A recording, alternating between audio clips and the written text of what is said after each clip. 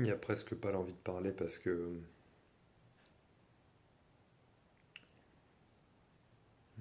c'est tellement plus simple et tellement plus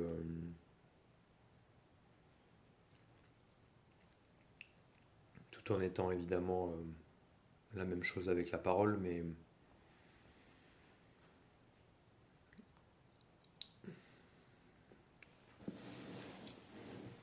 on ne peut pas le dire plus. C'est fou ça de voir qu'en fait, parfois quand tu parles, tu penses que t'en dis plus que quand tu parles pas, souvent d'ailleurs. Alors que pour ça, qui est un non-sujet, et bah ne pas en parler sera toujours l'ultime en fait, l'éternité. Je sais pas s'il y avait plein d'idées, je sais pas si j'en parlerai ou pas, mais prendre le temps quoi. Prendre le temps de savourer, carré de chocolat, le café, la position dans laquelle on est.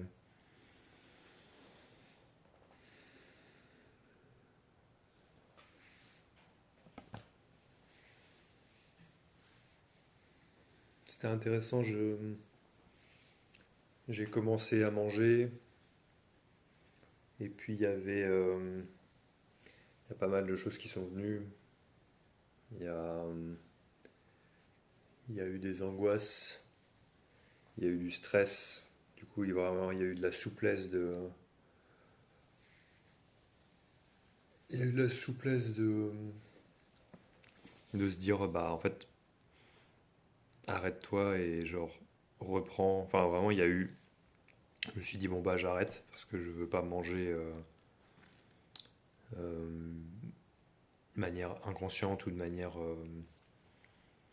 voilà, j'ai vu qu'il y avait ces mouvements de d'ingurgitation ou de tentative de trouver quelque chose pour remplir et que là aussi c'est engrammé loin et, et beaucoup de trucs de genre ne pas avoir un repas qui se ou alors vraiment limite quitter la table au milieu du repas tel qu'il est prévu entrée plat dessert dans ce système là. Euh,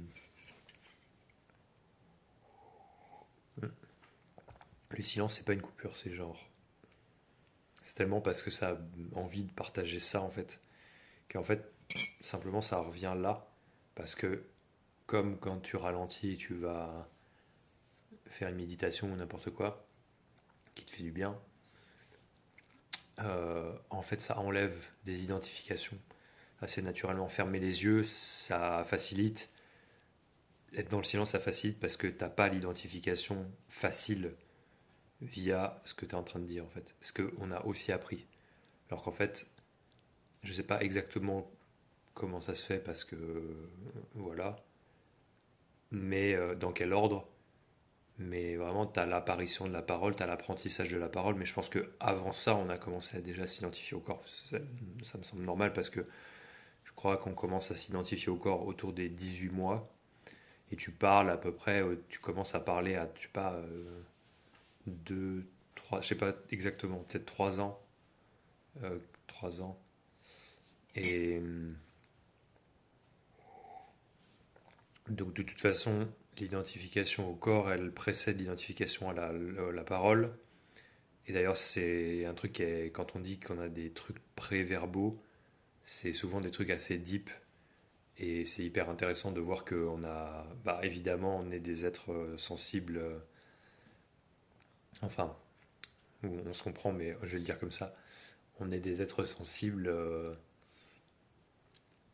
euh, qui avons capté énormément de choses avant même de pouvoir nous exprimer. Ça me semble super important de le rappeler, c'est genre à quel point euh, ouais, on était existant avant de parler en fait. Aujourd'hui, on est tellement identifié au fait de pouvoir agir et parler, etc., que, en fait, on en oublie qu'il y a eu aussi une phase où on était complètement genre atone, genre vraiment on ne faisait aucun bruit ou alors des pleurs, oui des pleurs, mais il n'y avait pas cette mentalisation expressive en fait. D'ailleurs, les enfants, au début, quand ils commencent à parler, ils blablabla. Genre, en fait, ils répètent les mots que les parents proposent ou l'école propose. Mais, mais, euh,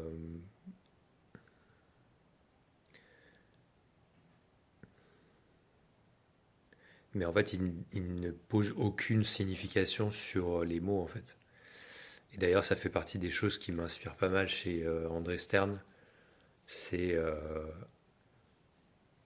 c'est quand il parle de ce truc-là, de dire, mais en fait, faut pas oublier de dire aux enfants que en fait, ce qu'on dit des objets n'est que le descriptif, n'est que la définition verbale en fait et langagée, langagière des choses.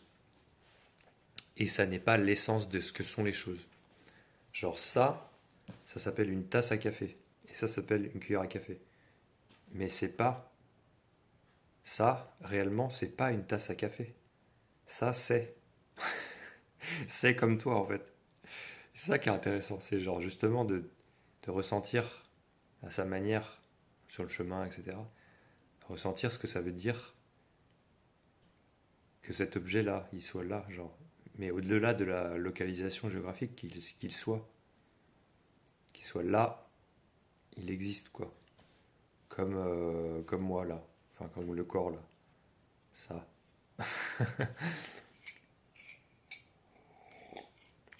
Ce truc est composé des mêmes matériaux que la tasse à café. Et les murs. Et l'écharpe, et tout.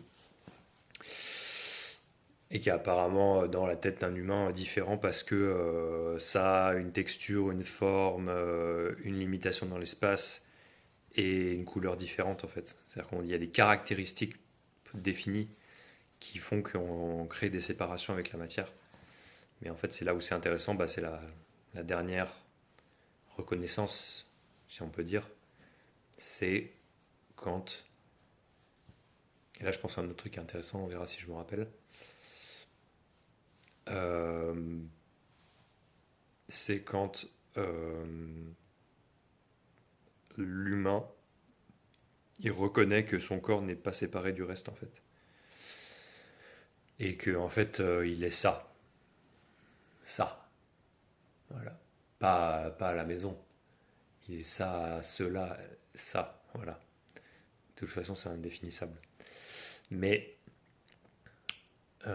c'est quand même joli et marrant d'en parler. Et de parler autour de ça. Et c'est ça dont je voulais parler. C'est en fait. Oh, je suis en train de le perdre. Ah oui, c'est ça. En fait, même quand. Putain, mais ça glisse. J'arrive pas à l'attraper avec ma tête. Enfin, j'arrive pas à l'exprimer tout de suite. C'est quand. En fait, quel que soit ce que je dis. Ah oui, c'est ce qui fait perdre le truc, c'est quand je dis il faut que je m'en rappelle. En fait, il y a une idée très rapide qui vient qui dit rappelle-temps. Et en fait, si je me dis rappelle-temps, en fait, ça marche pas. Il faut surtout le répéter plutôt dans le présent. C'est d'ailleurs un des trucs que je fais moi quand je veux me rappeler d'un truc, c'est que je le répète pendant 30 secondes dans ma tête. Et après, c'est rare quand je l'oublie ou quand j'oublie le truc à faire, etc.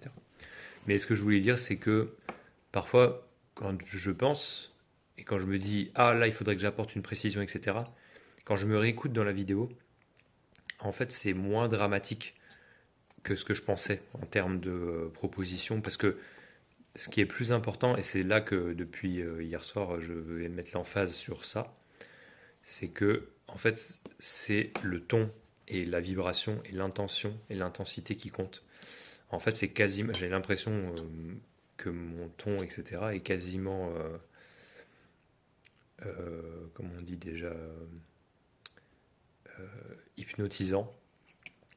Et en fait, je me rends compte que la mentalisation que je fais, moi, par-dessus, en fait, en même temps que la pensée, la parole que je fais et ce par quoi ça passe, n'est pas la mentalisation que les gens vont faire. Et moi-même, puisque moi-même, en m'écoutant, je me rends compte que je ne fais même pas la même mentalisation quand je me réécoute, en fait. Donc, en fait, voilà, je sais que je peux aussi le laisser complètement couler. Il n'y a que le mental qui essaie de contrôler en disant il faut que tu apportes cette précision-là parce que sinon c'est pas correct, et c'est pas précis, c'est pas accompli. Et c'est aussi ok, on a le droit d'apporter des précisions, etc. Mais ça sera jamais aussi accompli que juste le fait de parler. Juste le fait de parler, et ben en fait c'est ça que je veux apporter. Et en fait c'est la présence. Et la présence du coup s'en fout des mots que tu mets. C'est plutôt ce que tu ressens. Moi là je me sens être ça. Et en fait c'est grâce à ça que en fait la parole elle est telle qu'elle est et c'est pas grâce aux mots ou quoi. En fait les mots c'est juste une modulation comme un modem quoi, ça module et ça démodule. Euh, c'est marrant parce que c'est vraiment on sait que la parole c'est des vibrations au niveau de la corde vocale et une modulation avec la langue et la bouche. Donc c'est hyper complexe comme système et c'est magnifique comment ça fonctionne etc. Et la complexité qu'on arrive à faire avec des centaines de langues voire plus. Et d'une part, pourtant, ça apparaît juste comme ça. C'est juste magnifique. Et il y a pas et ouais, d'autre part, il y a vraiment ce côté un enfant pour apprendre, il répète et il y a un côté très là, je le vois vraiment avec le sport de la même manière maintenant, c'est genre quand tu as envie de faire un sport et de progresser dedans, ça marche pour l'art, ça marche pour n'importe quoi à apprendre évidemment. Et ben en fait, il y a une phase où tu reconnais que t'as pas la qualité, t'as pas la connaissance, t'as pas la compétence langagière, sportive, etc., artistique, artisanale, n'importe quoi. Tu ne sais pas faire, tu ne sais pas, voilà, tu n'as pas le truc. Et cette étape, elle est hyper importante parce qu'elle te permet de ne pas te dire, parce que moi c'est ça que j'ai vu dans le mental, c'est ce côté, des fois, par exemple avec la rééducation kiné et tout, j'allais dire kinésiologique, mais c'est autre chose, et bah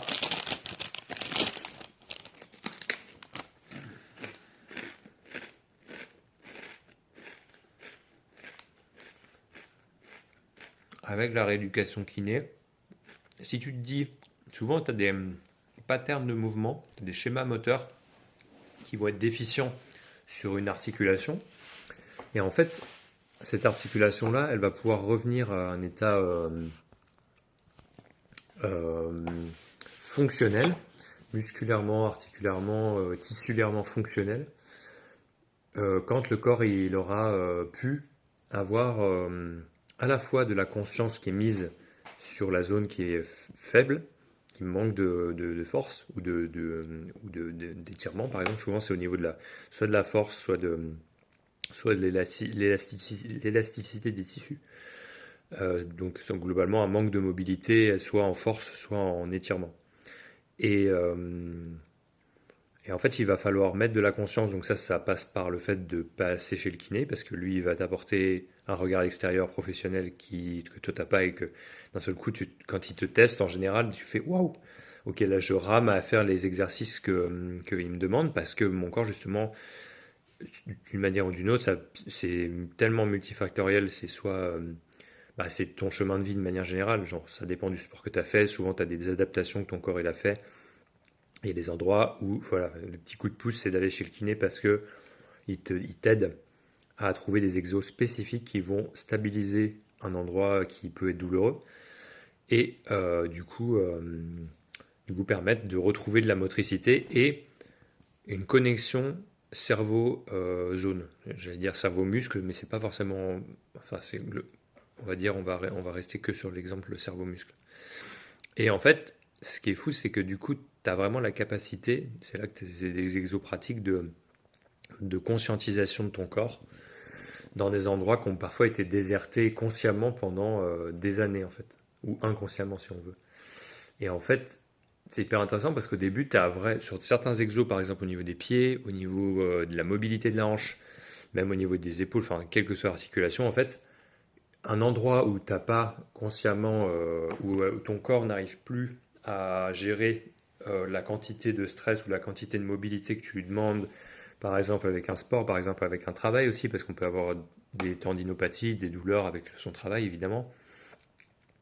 Quand ça fait des années que tu n'as pas conscientisé ça, parce que, voilà, encore une fois, rythme de vie, et puis aussi l'adulte qui ne va pas forcément, ça dépend des adultes, mais qui ne va pas forcément aller explorer spontanément tous les endroits de son corps. Contrairement à un bébé, un enfant qui, eux, vont spontanément essayer de sentir ce qu'ils peuvent dans la conscience, quoi. Et donc, pour revenir à ce que je disais, en fait, il y a la première phase, c'est genre là, je galère, je ne sais pas faire, en fait. Et en fait, c'est tellement important d'avoir cette reconnaissance que c'est pas encore là. Genre, l'état de. C'est comme moi ce que je disais l'autre jour par rapport au fait de vouloir apprendre à dunker. C'est pas encore là. Et en fait, c'est le fait de savoir que c'est pas encore là. Et dans la conscience, tu conscientises maintenant que c'est pas encore là. Et c'est ça qui va te permettre de créer le moment où tu vas pouvoir réussir à faire le mouvement. Et ce qui est fou, c'est que bah, là-dedans, il y a vraiment ce côté. Le fait de ne pas savoir le faire peut te permettre de dire bah, je vais juste essayer, mettre de la conscience. Et par exemple, avec la rééducation euh, kiné, je sais pas d'ailleurs, on dit bah, kinésithérapeutique, en fait, on dit comme ça, kinésithérapeutique, la thérapie du mouvement. Et ben en fait, tu vas pouvoir construire des répétitions. Et ce qui est intéressant, c'est que en ce moment, j'essaye pas mal une technique qui s'appelle les Pales Rails. Donc, c'est en fait des mobilisations articulaires de fin d'amplitude qui te permettent de gagner en amplitude, notamment quand tu as des difficultés de mobilité ou que tu as envie que tes articulations soient stables et durent longtemps, en gros, pour le dire comme ça. Et en gros, bah, ça demande par exemple de mettre, là je pourrais peut-être pas le faire, mais de mettre le talon sur le genou ou la jambe d'en face, comme quand on est au bureau, etc. Pas les jambes croisées, mais juste le talon.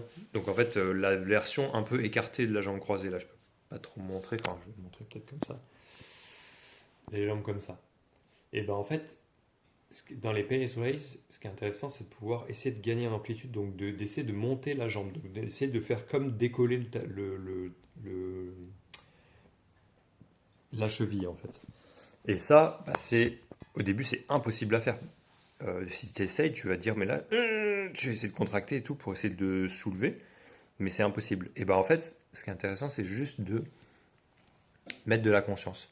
Et en fait, la simple connexion, la simple conscientisation et intention est suffisante pour gagner chaque jour et chaque fois que ton corps il va récupérer, il va dormir, etc. Et ben en fait, ça va naturellement gagner en force en fait. En fait, c'est là que c'est intéressant, c'est que du coup, c'est pas tellement toi, euh, en tout cas au niveau humain, qui fait.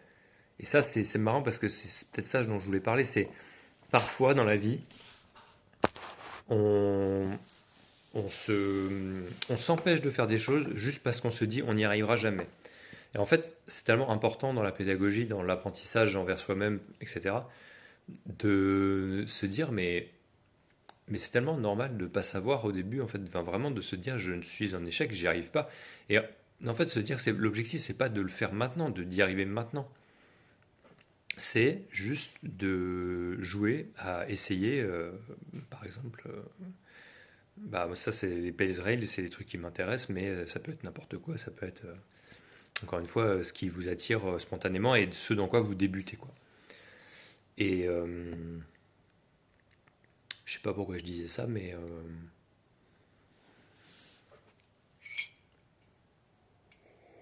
hmm.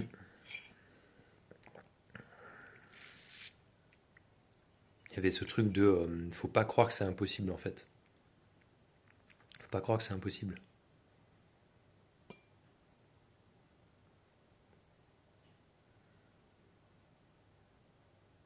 Parce que si tu crois que c'est impossible, effectivement, ça se fait pas.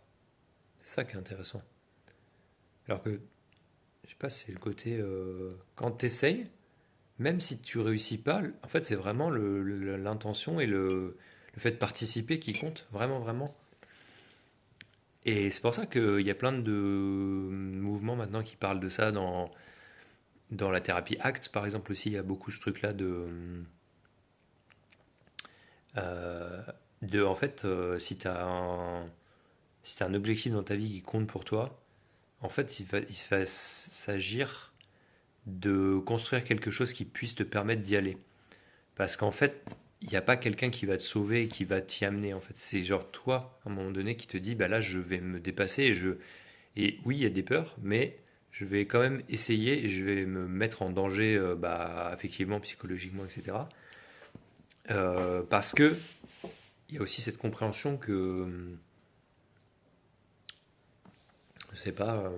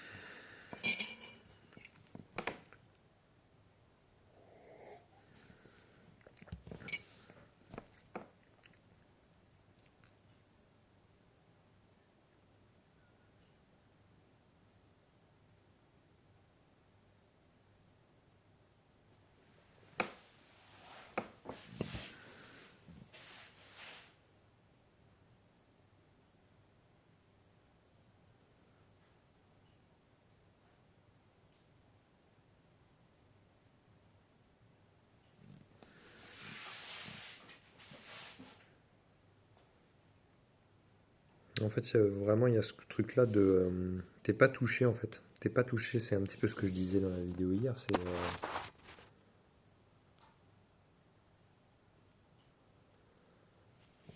En fait, il y a aussi un truc en toi qui te dit, bah du coup, si j'ai envie de réaliser un truc, mais que je me sens au niveau humain bloqué par ça, il y a aussi la possibilité de se dépasser en disant, bah en fait, là j'ai peur, mais il y a un truc en moi qui se dit, bah en tant que conscience, en tant que la vie, bah oui, là il y a peut-être il y a peut-être l'ego qui croit qu'il va mourir, qui croit qu'on va se mettre vraiment en danger, et vraiment, tu es convaincu au niveau de la personne, tu es convaincu que ça va se reproduire tel que tu l'as déjà vécu. Et c'est bizarre comment dans ces moments-là, parfois, effectivement, tu peux reproduire cette situation-là juste pour confirmer que, en fait, t'avais raison ou oui, t'as souffert, en fait. Il y a vraiment ce côté qui rejoint la thérapie ACT, c'est, bah ouais, t'as souffert, il s'agit pas de s'enlever ça, c'est genre, acceptance d'abord, en fait. C'est acceptance and commitment. Et en fait, l'un et l'autre ne vont pas, enfin, ne s'opposent pas, en fait. Il y a vraiment. Et c'est vrai que c'est étrange dans ces moments-là où tu te dis, bah, en fait, si. Quelque part, si je. Mais après, ça, c'est un truc, ça vient vraiment au moment où ça vient, tu vois. Mais.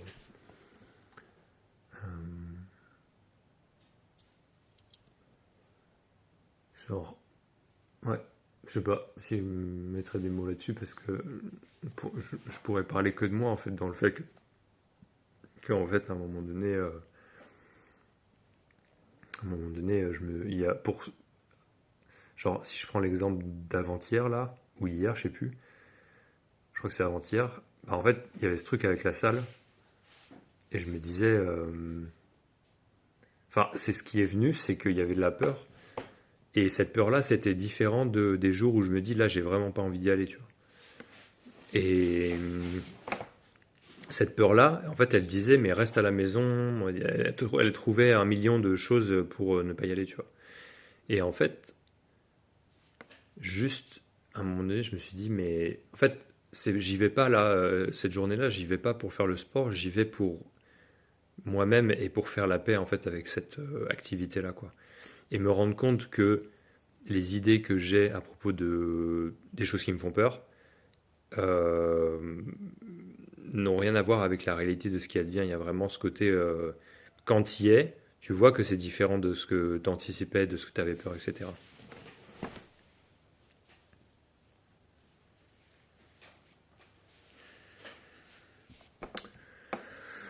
Donc voilà. Il y a des moments, quand on le sent, on arrive à sentir de toute manière, sur le chemin, ça se vient. Que en fait, là, c'est des peurs qui peuvent être dépassées parce qu'en fait, on se sent, il y a une force à l'intérieur qui pousse et qui se dit, mais là, je veux me battre, je ne veux pas rester prostré, je veux pas continuer à nourrir cette idée selon laquelle ça peut être dangereux pour moi de faire ça, en fait.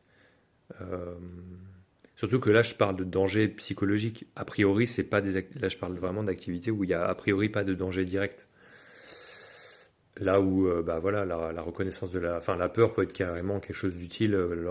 Mais en fait, quand on a peur d'un danger direct, il n'y a pas de doute. En fait, on est juste comme ça et on fait ce qu'on doit faire, quoi. C'est très utile et voilà. Mais quand on a une peur qui est un peu irrationnelle et qu'on sait qu'elle est affective, émotionnelle et basée entre autres sur des traumas ou des vécus difficiles, on sait que en fait, là, dans le moment ou dans ce qu'on prévoit, il n'y a pas de danger a priori. Et en fait, il serait dommage de rater l'expérience. Ça peut être un concert, ça peut être une pratique sportive, rencontrer des gens. Souvent, c'est avec l'aspect rencontrer des gens ou un truc social. Il serait dommage de rater l'expérience juste parce que tu as peur, en fait. Et moi, j'ai un nombre de fois assez incalculable. Je ne vous dirais pas que j'ai de doutes, de regrets, parce que, en fait, ça devait se passer comme ça, mais euh, ça devait aussi m'amener là où je suis aujourd'hui. Mais par contre, il y a vraiment ce truc qui dit, bah oui, en fait, tu peux virtuellement passer toute ta vie à avoir peur de ce qui se passe, ce qui pourrait se passer. Donc en fait, de rater des événements qui comptent pour toi. Et voilà, je sais pas trop pourquoi j'ai embrayé sur ce sujet, mais c'est ok aussi.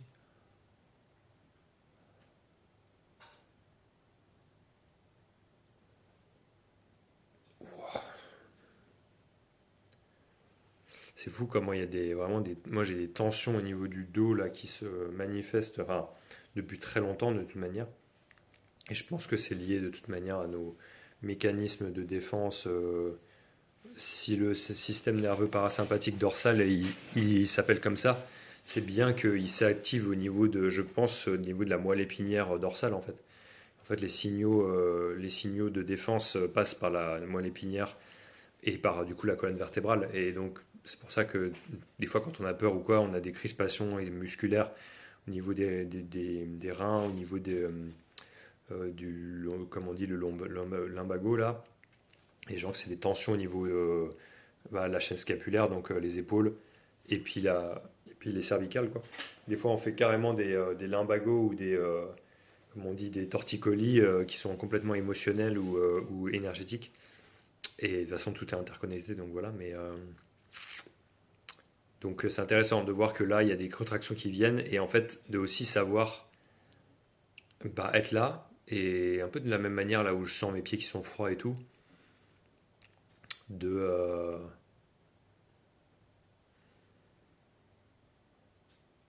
mais c'est vraiment parce que là, en toute honnêteté, je sais que je re-raconte l'histoire du personnage. Alors, je me dis que c'est pas forcément, c'est pas ok.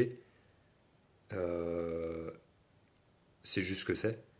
Donc, c'est sûrement aussi des jugements qui se posent là-dessus, des identifications. Mais voilà, il y a aussi cette envie d'être revenir aussi à ce qui est vrai. Et parce que je sens que ce qui se passe, c'est dans le ton de la voix en fait, quand il y a de la tristesse et quand ça parle de moi en fait.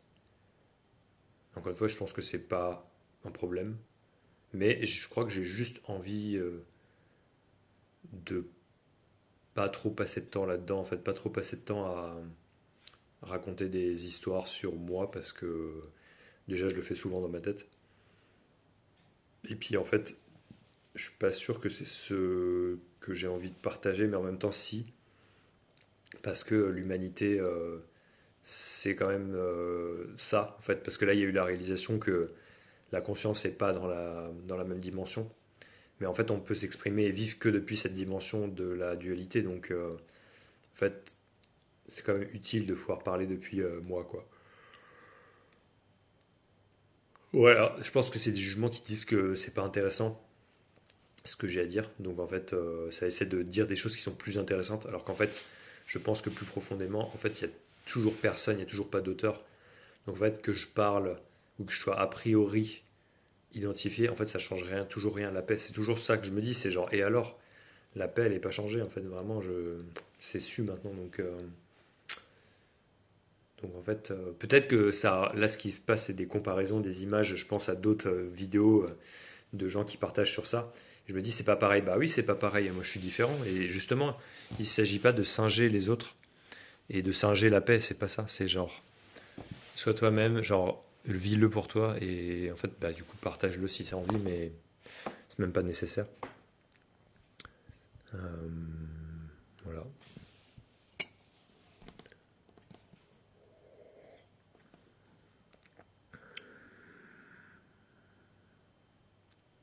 Il y a une anxiété, which is okay. Peut-être que c'est encore plus précis de parler de ça en fait. Au lieu de parler d'idées, de machin, de trucs, c'est juste, il y a ça. Il y a ça maintenant. Et à quel point en fait, qui est-ce que ça dérange à part toi-même en fait, genre. Et là, je peux le dire, il n'y a que au niveau de l'histoire de moi, que au niveau de l'histoire de Loïc, que ça dérange d'admettre qu'il se passe un truc à l'intérieur. Comme si c'était, bah, c'est la vulnérabilité, c'est vraiment, putain, soit ça va pas être intéressant, soit ça va être balayé d'un revers de la main, ou ça va être invalidé, ou juste moqué, il y a vraiment ce côté, ça va être tourné en dérision, ou alors même qu'il n'y a que moi qui m'enregistre là, mais c'est les jugements qu'il y a à l'intérieur, c'est vraiment la peur que ça ne soit d'aucune utilité, et que ça soit vraiment, qu'il y ait ce truc de la peur de la moquerie, de la violence, bah, non seulement les autres ça les intéresse pas, mais en plus ils l'utilisent comme un moyen d'atteindre.